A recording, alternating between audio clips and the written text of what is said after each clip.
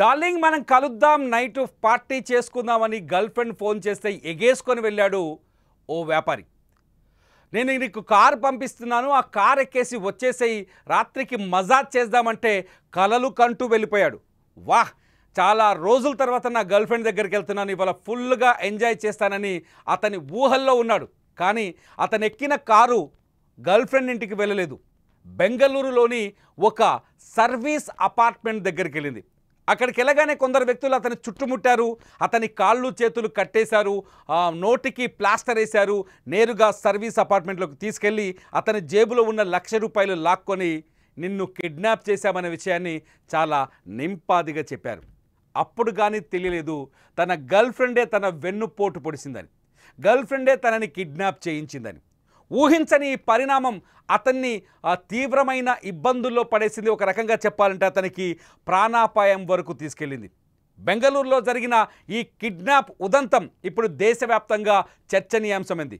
బెంగళూరుకు చెందిన Lawrence Melvin అట్లాగే మహిమా వాట్, వీళ్ళిద్దరిని చూడండి స్క్రీన్ పైన, వాళ్ళిద్దరు ఫోటోలు. లారెన్స్ మెల్విన్ దుబాయ్లో ఒక టూర్స్ అండ్ ట్రావెల్స్ కంపెనీలో మేనేజర్గా పనిచేశారు, బాగా డబ్బులు సంపాదించాడు, చాలా రిచ్ ఫెలో ఇప్పుడు. అయితే అతనికి బెంగళూరులో ఈ మహిమా వాట్ అనే ఒక గర్ల్ ఫ్రెండ్ ఉంది. ఈ గర్ల్ ఫ్రెండ్ చాలా రోజులుగా తన బాయ్ ఫ్రెండ్ లారెన్స్ కోసం ఎదురు చూస్తుంది. కానీ లారెన్స్ డబ్బు సంపాదనలో బిజీ అయిపోయి బెంగళూరుకి రావడం మానేశాడు. ఇదే వాట్కి కొత్త ఆలోచన సృష్టించింది. ఇతడితో ఎంతకాలం అని వేగుతాం, వీడి కోసం ఎంతకాలం ఎదురు చూస్తాం, ఒక్కసారి ఇతడి నుంచి డబ్బు లాగేస్తే పోతుంది, లైఫ్ సెటిల్ అయిపోతుందని ఆలోచించింది మహిమా వాట్. సో దీనికోసం ఒక మాస్టర్ ప్లాన్ వేసింది. లారెన్స్ ఈసారి దుబాయ్ నుంచి బెంగళూరు వస్తున్నట్టు గర్ల్ ఫ్రెండ్కి సమాచారం ఇచ్చాడు. దుబాయ్ నుంచి ఈ నెల జూలై మొదటి వారంలో లారెన్స్ దుబాయ్ నుంచి బెంగళూరులో దిగాడు. నిజానికి లారెన్స్ మెల్విన్ స్వస్థలం కేరళలో తన తల్లి ఉంటుంది, తన తల్లిని చూడాలనుకున్నాడు. బెంగళూరులో వాళ్ళ కుటుంబం స్థిరపడింది కొన్ని రోజులుగా. సో తల్లి కేరళలో ఉండడంతో అతను కేరళ తన స్వస్థలానికి వెళ్ళాడు. పోయి తల్లిని కలిసి ఆమెను తీసుకొని బెంగళూరుకు వచ్చాడు. బెంగళూరులో వాళ్ళ ఇంట్లో ఉండాల్సింది లారెన్స్ కొంత ఎంటర్టైన్మెంట్ కోసం, ఎంజాయ్ చేయడం కోసం ఒక లగ్జరీ హోటల్లో రూమ్ బుక్ చేసుకున్నాడు. జూలై 13వ తేదీన ఆ మదర్ని ఇంట్లో వదిలేసి ఆ లగ్జరీ హోటల్కి వెళ్ళిపోయి రూమ్లో ఉన్నాడు. అప్పటి నుంచి తను హ్యాపీగా హోటల్లోనే ఉంటున్నాడు అనుకుంది తల్లి, ఏదో పని ఉందని చెప్పేసి వచ్చాడు కాబట్టి. సరే, ఆ రోజు నుంచి కనిపించడం మానేశాడు. ఎక్కడికి వెళ్ళాడని ఆలోచిస్తే జూలై 14వ తేదీన లారెన్స్ ఎప్పుడైతే హోటల్ రూమ్కి వచ్చాడో ఆ రోజు మెల్విన్, ఈమె మహిమా వాట్ ఎవరైతే ఆయన గర్ల్ ఫ్రెండ్ ఉందో పక్కనే మన బాక్స్లో చూస్తున్నారు కదా, ఆ లారెన్స్కి ఫోన్ చేసి డార్లింగ్ ఈరోజు రాత్రి మనం కలుద్దాం. జూలై 14వ తేదీన జరిగింది సంఘటన. డార్లింగ్ ఈరోజు రాత్రి మనం కలుద్దాం, మంచి మజా చేద్దాం, పార్టీ చేసుకుందామని ఒక ఆశ పెట్టింది.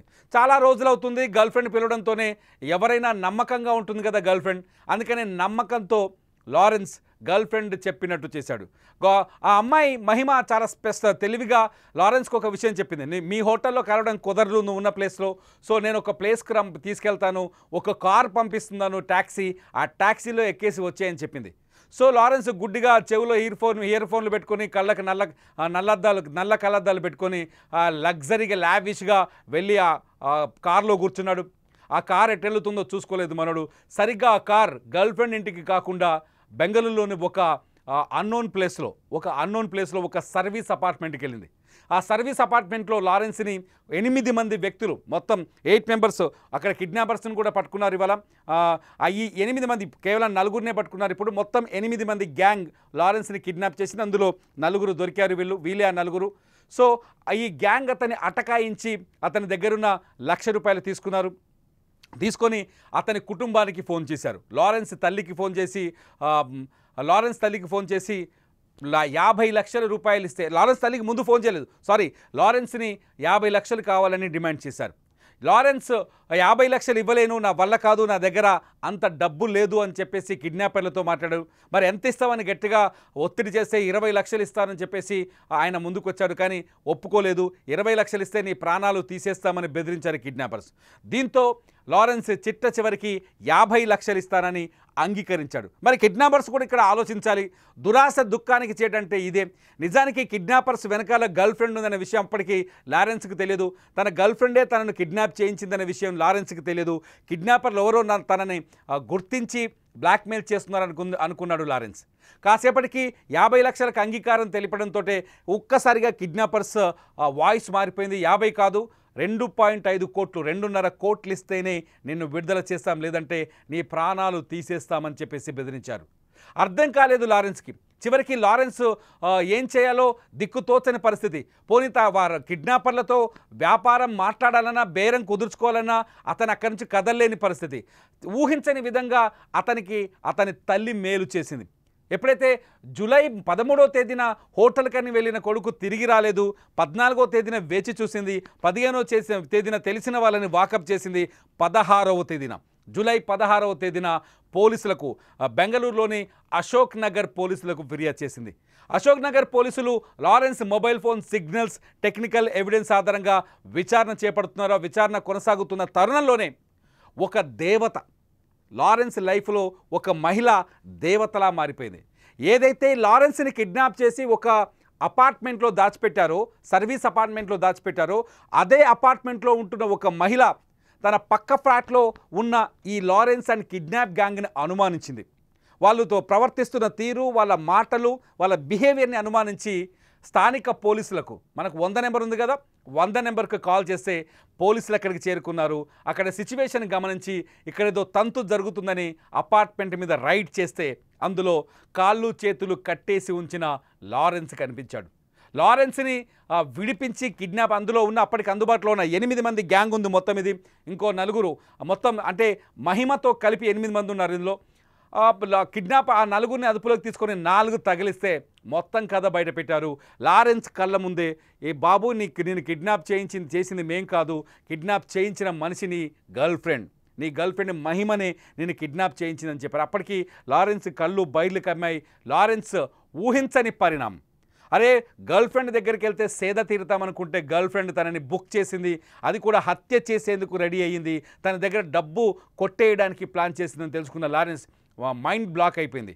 అప్పటికే లారెన్స్ తల్లి పోలీస్ కంప్లైంట్ చేసింది. ఆ కంప్లైంట్ కింద కిడ్నాపర్స్ని అరెస్ట్ చేశారు. మళ్ళీ బయటకు వచ్చిన తర్వాత, కిడ్నాపర్ల చెర నుంచి బయటపడిన తర్వాత లారెన్స్ కూడా తన గర్ల్ ఫ్రెండ్ మహిమ పైన కిడ్నాప్ చేశారు. ప్రస్తుతం లారెన్స్ గర్ల్ ఫ్రెండ్ కనిపించకుండా పోయింది. ప్రస్తుతం ఆమె పరారీలో ఉన్నట్టుగా తెలుస్తుంది. కేవలం డబ్బు కోసం తన బాయ్ ఫ్రెండ్ని కిడ్నాప్ చేసి అతని దగ్గర 2.5 కోట్లు వసూలు చేసి లైఫ్ని ఎంజాయ్ చేయాలనుకుంది. నిజానికి ఎందుకు మహిమా వాట్ ఇంత దురాగతానికి, ఇంత దుస్సాహసానికి ఒడిగట్టిందని ఆరా తీస్తే మహిమా వాట్కి లేని అలవాట్లు అంటూ లేవు. పబ్బులు, క్లబ్బులు, అట్లాగే లావిష్ లైఫ్, వృధా డబ్బులు ఖర్చు పెట్టే అలవాట్లున్నట్టుగా పోలీసుల విచారణలో తేలింది. ఇది గర్ల్ ఫ్రెండ్స్ని మెయింటైన్ చేసే వారికి ఖచ్చితంగా ఇదొక హెచ్చరిక. సీక్రెట్ గర్ల్ ఫ్రెండ్స్ని మెయింటైన్ చేస్తే లైఫ్ ఎలా నాశనం అవుతుంది, ఎటువంటి ఇబ్బందుల్లో, ఉచ్చుల్లో ఇరుక్కుంటారు, ఎటువంటి సమస్యల్లో ఎదుర్కొంటారనేది చెప్పడానికి ఇదొక బెస్ట్ ఎగ్జాంపుల్. సుమన్ టీవీలో ఇది నిజంగా ఇది చెప్పాలనుకుంటే ఒక అవేర్నెస్. దయచేసి మీ జీవితాల్ని పాడు చేసుకోకండి.